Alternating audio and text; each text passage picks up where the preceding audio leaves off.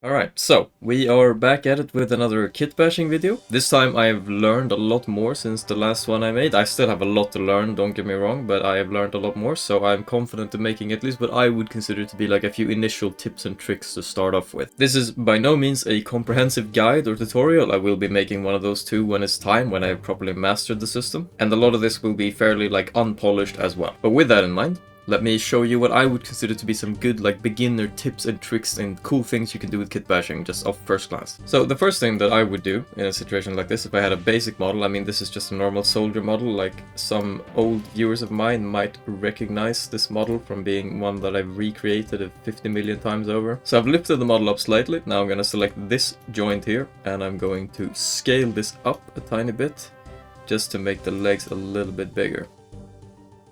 Now by doing that I have balanced out a little bit how top heavy the model looks, which is not something you can do in baseline Hero Forge. Now since last time I've gotten a lot more proficient in how you go about this whole add item thing, right? So basically all you do is you go here, you click add item, and this here is what you'll use kit bashing for most, I believe. Not really the crazy weird posing, I mean it kind of depends on what kind of modeler you are, right? But in my opinion this is really where kit bashing shines, like all the little items that you can apply. So what's a good example, right? Like we have a model here where we can't really apply anything here to the neck without it looking really puffed up and like messy because of the armor that the character is wearing, right? Like this scarf is like enlarged and it does not look very good. But with kit bashing you get the base version of everything that you spawn in. So if I type scarf, and I could go for the biggest scarf there is, the large wrap scarf, and you will see it is not the pushed up version. Now the rotate control is still probably the worst part of all the controls in my opinion.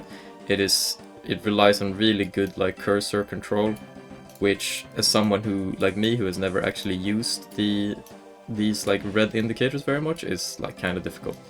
So I could pull this down here, yeah, and you'll see obviously it clips a little bit. Now one thing we should not forget to do is when you have an item at the start like this, you can snap it onto a body part. Now this is kind of important. I didn't know you could do this to begin with, but if I snap it onto the chest here, you will see soon why that's really important. First we're going to pose it in, get it into place where we want it to be. And now, if we color this red, we have our own little Lalo Salamanca scarf. Now, because I snapped it onto him, that means that, and here is where this system is so much better than double model, right?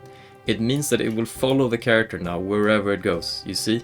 It looks like it's just part of the character. I can pose this character however freely I want and the scarf will stay exactly where it is. This even works if you change posing, though sometimes it will be a little bit like finicky. Like you may need to repose it ever so slightly, but it stays onto the body part that you selected it to. So no matter what pose I change this to, no matter how I flip it around, it will stay in place. And that applies to everything. Now obviously, when I was still learning this, I forgot to do this. Let me show you something. This is a work in progress for an update on Grak, which is one of the D&D models. Now, I just applied so many little kit bash items. You can see these spears here on the back on Grak.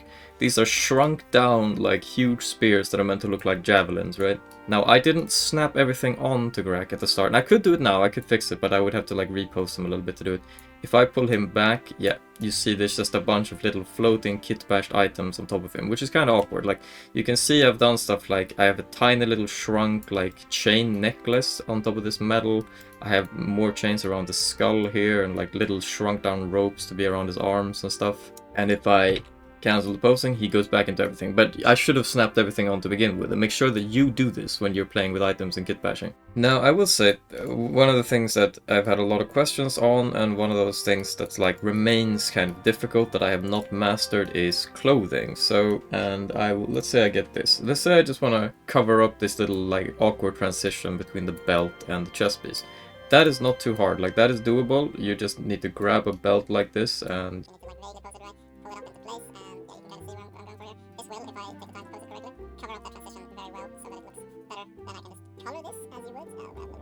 now I think that transition is just a little bit less jarring, which is always a good thing. So that is easy, right? But then, see what I did there? See, I forgot to snap it on. Look, it's not on, so now if I post the character, yeah, it just stays in place. This, yeah, again, this is exactly what I mean. You need to make sure that you remember to do this, otherwise, yeah, so this is what I mean by reposing it, because when you snap it, you're moving it a little bit. Other pieces of clothing can be pretty simple too. I mean, if you're like one of those people who likes a double model to stack helmets or shoulder pads, etc., like that is very, very easy and very, very doable. Like you just search for shoulder, you spawn in the one that you want like this, and then you twist it around to where it belongs. Yeah, the rotate function is still a little bit scuffed.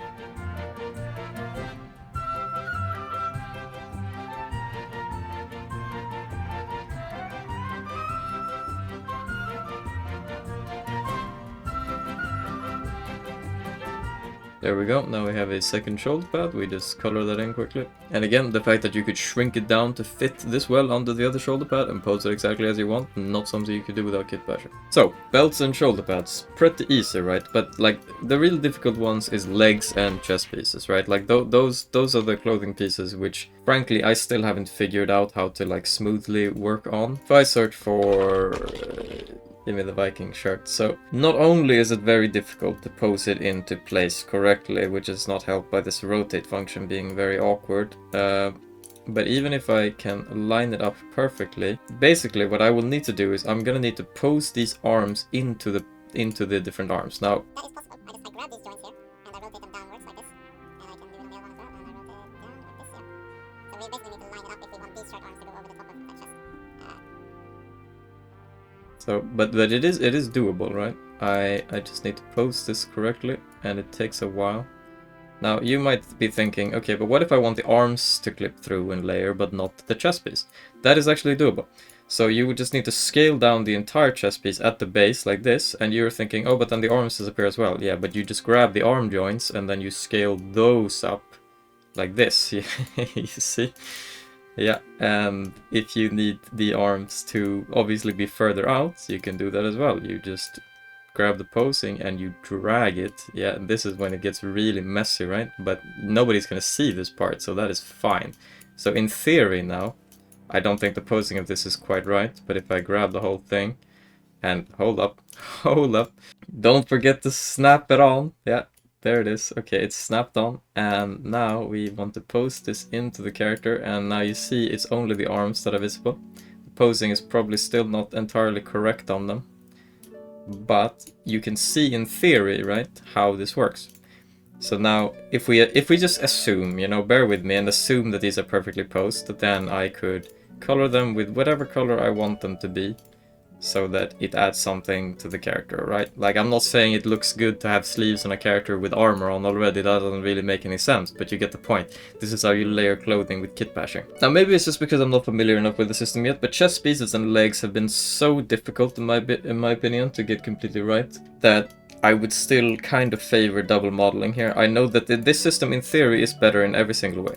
It just completely superior, but it is very difficult to get right. But let's try. Let's try for the sake of experiment. We need to grab onto these arms and we need to try and get them posed correctly.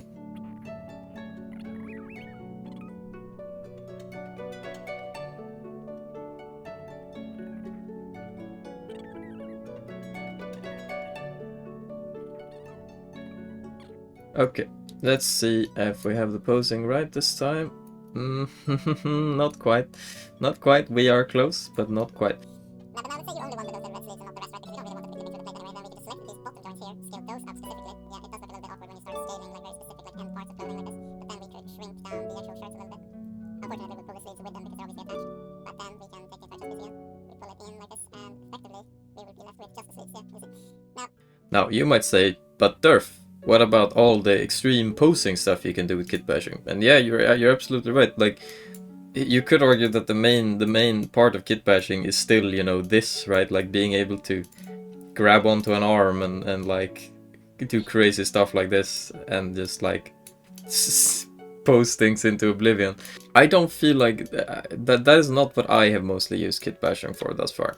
You absolutely can, but it's not what I would recommend you start with. Because from my experience, what people who do Hero Forge really like to do is just like add simple little details like clipping arms into a body to like add medals and stuff. You don't need to do all that crazy stuff to do it anymore. Like, you just add an amulet like this. You snap it onto the body so that it will follow later. You shrink it down a little bit so that it's a reasonable size, unlike usual Hero Forge medals.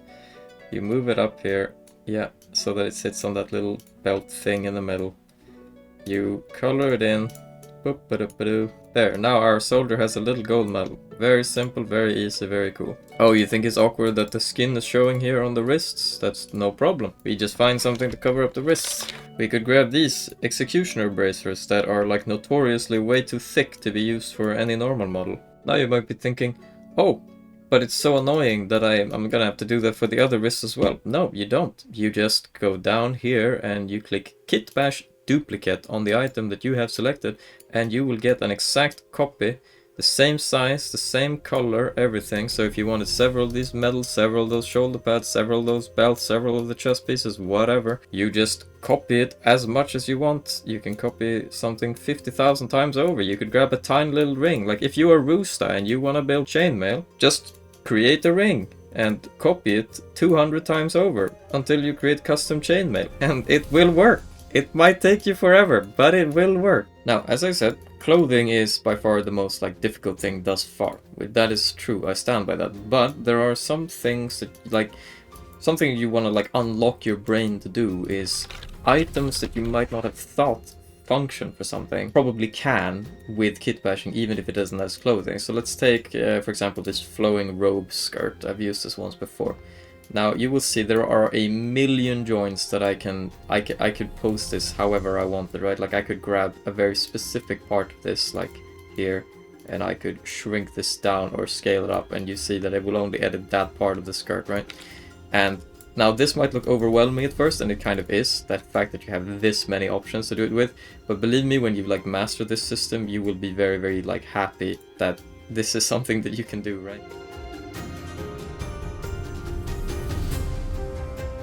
Now, as you can see, I've used a massive robe skirt option, shrunk it down, moved it down under here, just to be able to add an extra layer of cloth. It clips a little bit back here, right? I could enlarge it specifically in this area to fix that if I wanted it to. And the reality is, when you can basically apply anything in any size and often reshape various parts of it without reshaping the other, you open up for some crazy customization. Now, one thing that I will say I'm a little bit sad about myself is the fact that you can't really do this with weapons. So, take for example, I can't type. The Executioner sword, right? Look at this sword that I'm spawning in. It has possibly the coolest hilt in all of Hero Forge, right? And then the sword itself is kinda, it's an Executioner sword, so it's kinda niche just by what it is. Now, I wish that I had different joints on this thing, because then I could shrink away the blade and put the blade of another sword onto the hilt. That would be super cool if I could do that, I think, and I can't, because the sword isn't separated in several joints like, for example, the skirt is. So I can't edit separate parts of it separately. If I enlarge it, I enlarge the entire sword. If I shrink it down, But to really drive home the point of how clothing can be used now, again, if I search for cloak, I could pull out a cloak, and as you can see, I can post this pretty freely. Suffice to say, I can shrink it down, obviously. We don't want it to be this big. Yeah.